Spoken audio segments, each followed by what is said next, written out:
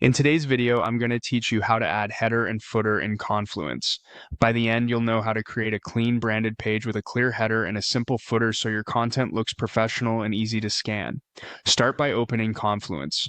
Once you're on your home or space dashboard, look toward the top of the screen and select Create. This opens a fresh page in the editor. Choose Page to start with a standard blank canvas, which is perfect for most documentation and meeting notes. Your header begins with the page title. Click into the title field at the top and type a clear descriptive title that tells readers exactly what this page covers. Keep it concise but meaningful. This title appears in search and navigation, so it's one of the most important elements. To add a bit of visual personality, use the emoji option next to the title.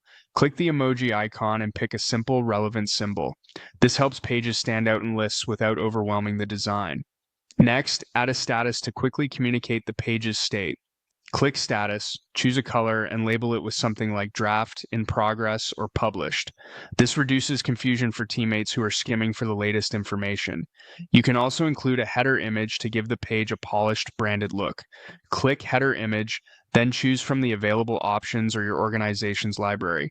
Select an image that matches the topic and keep it clean to avoid distracting from the content. After selecting, make sure the focal point frames well so the title stays readable. Now let's create a simple footer.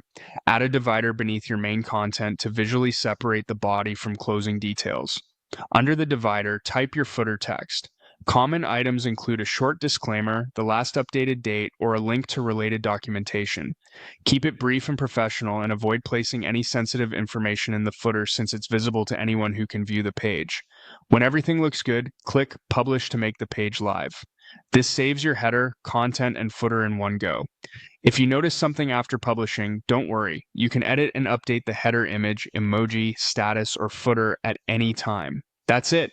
You've created a Confluence page with a clear header and a clean footer, ready for your team to use and trust.